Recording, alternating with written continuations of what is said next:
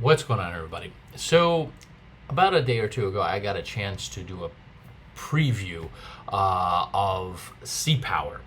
Now, as you can see here, I have the video loaded. I'll link it in the description if you missed it, but it's been 2 hours of just pure joy.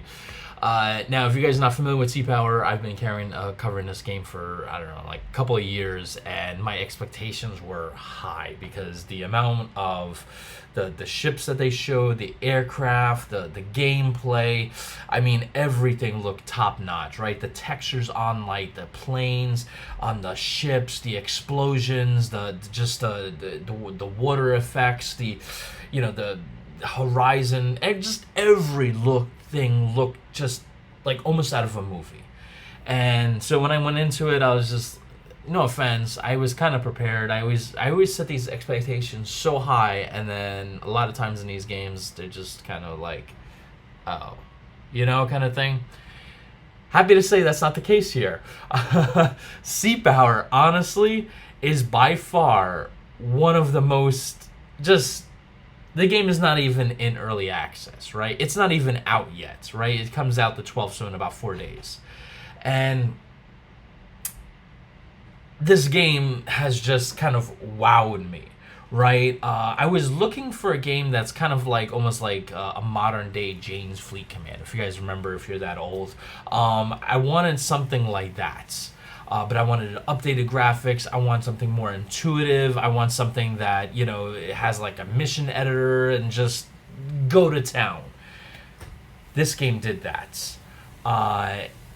Honestly, I love every facet of this game. Like, as you can see, these explosions are just like, wow, right? But I would say the biggest thing for me is when you come to a new game, you have to go through the tutorial. You have to, like, there's a learning curve. Sometimes could be as quick as, like, 20, 30, 40 minutes, maybe hours, sometimes days, depending on the game.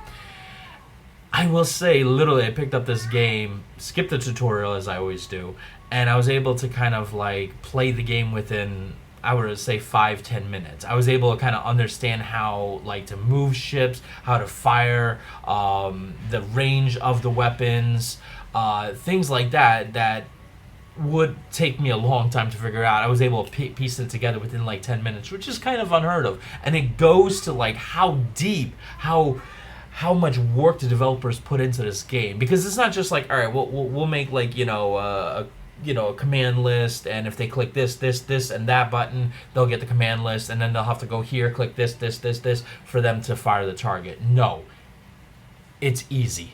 It's literally, you click on the ship, right click, select the weapon that you want to fire, go to this mini map that's on the bottom right, select the target that you want to fire at, and that's it.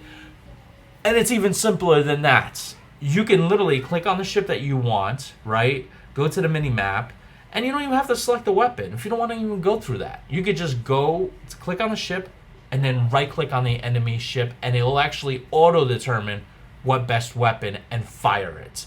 Like, that to me is just wow, right? Like, you don't have to like stop. Should I use this missile? How many salvos should I do? All this stuff, it will do it for you.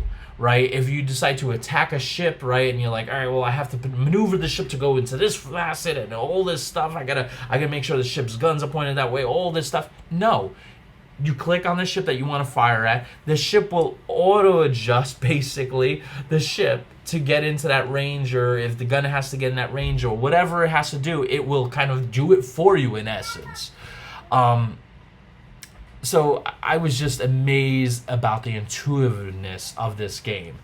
And a couple other things that really kind of stood out for me on this game was how epic it is. Now you see my face over this mini map, but later on I kind of move it around.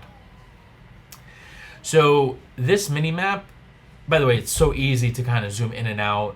You could just scroll in and out on the main map to kind of like zoom out on the destroyer, or zoom in to see like, it firing its weapons, or kind of zoom out to kind of gain like a better battlefield picture.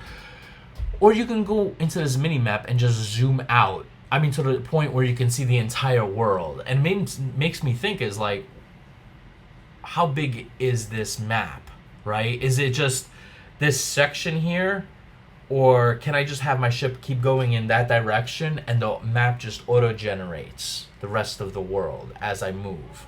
So that's something I need to find out, but it's just it makes me think, and if it's possible that I could just literally go from like Iceland to, I don't know, the coast of Africa in the same scenario, mind blown, just like that.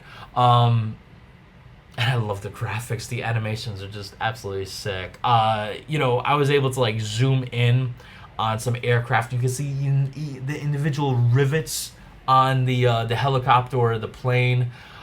So that was another thing that really caught my attention. The animations, the textures, the water effects. And there was just a couple of times where like I was able to kind of like zoom out and get these beautiful shots, right? Something that you like see from a movie. It's just like, wow, that looks nice, right?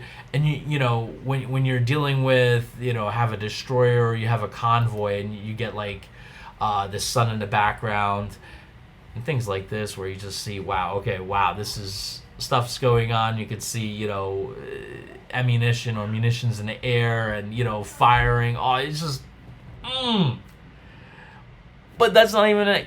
Icing on the cake. The icing on the cake is I was going through the mission list, right, for this game, right? And I'm like, all right, so there's a few of them here, and you're going through here, and you see Top Gun, and you're like, Top Gun? What's that about? So you start doing Top Gun, loads it, and you probably might notice some of these names. Iceman, Maverick. Read some of this, and you're like, whoa. I know what this is from. They recreated the final battle in Top Gun. Just, I don't know what to say. Like, huge props to the developers. That blew my mind, right?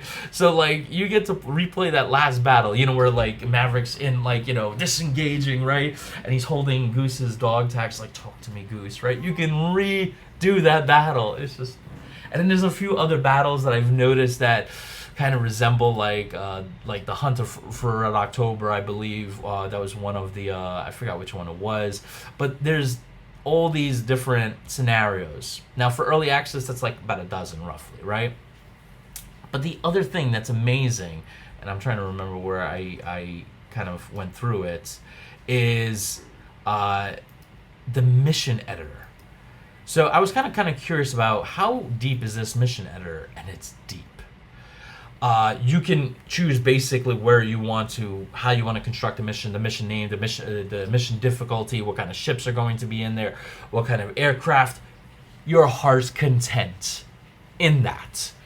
And this is extremely important, and I'll tell you the reason why, is because if you do this, right, they are doing this, right? It's coming out in early access, so in about 4 days.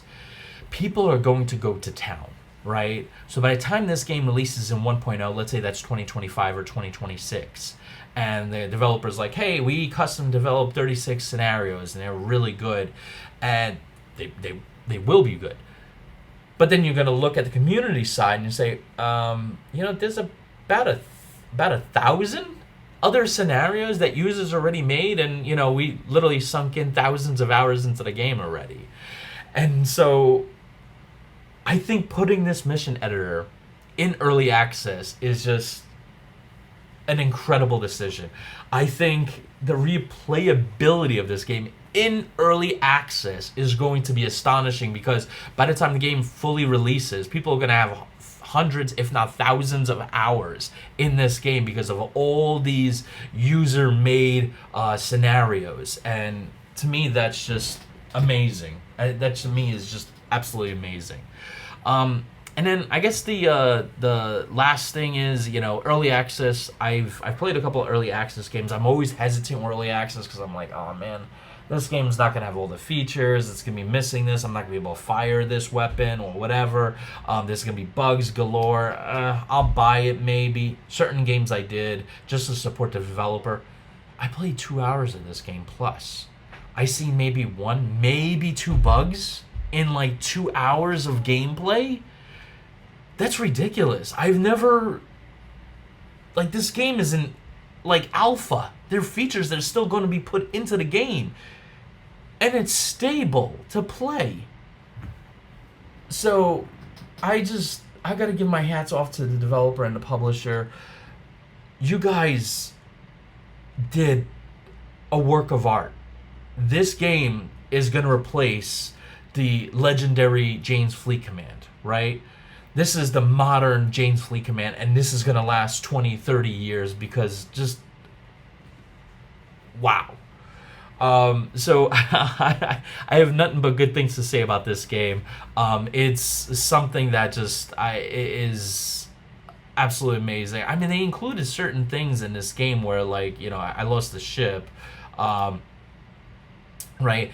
And as you can see here, you have damage control. You can assign, like, you can rebuild your ship. You can tell your crew, go there, fix this first, get the propellers back online, then worry about weapons. You could go into flight deck and then have the helos, like, being pulled. And you see the animations. You see this door opening up, this hangar opening up, the helicopter coming out, and then spinning. And then you can have the helicopter going out.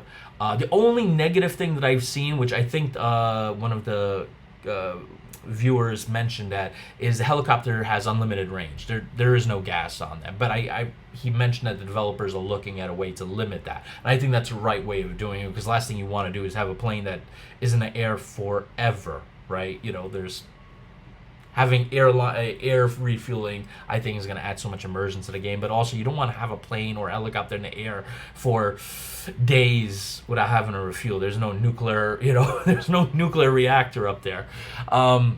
But yeah, I mean, it's just amazing. This game, like, you have different ways that you can do air defense state. You can do fire at will. You can attach formation, so you can literally put everything in one formation. Tell everybody to go here. You can split ships off from the formation. It's ridiculous the amount of stuff that you can do, like just the ability of moving here, going at flank speed. You can have submarines go full on deep, go back to periscope depth. Then you have unit reference, so if you want to learn more about that ship, guys, it's just wow. That's all I can say. And I just gonna give my hats off to the developer and publisher. You guys made a gem. The game's not released yet. It's a gem. So I'm kind of wondering, when this game does release, like, you have a diamond in the rough, right? You have a diamond. Like, what's above a diamond? You guys are gonna set the definition for that. Anyway, hopefully you guys enjoyed this. Catch you in the next one. See you then.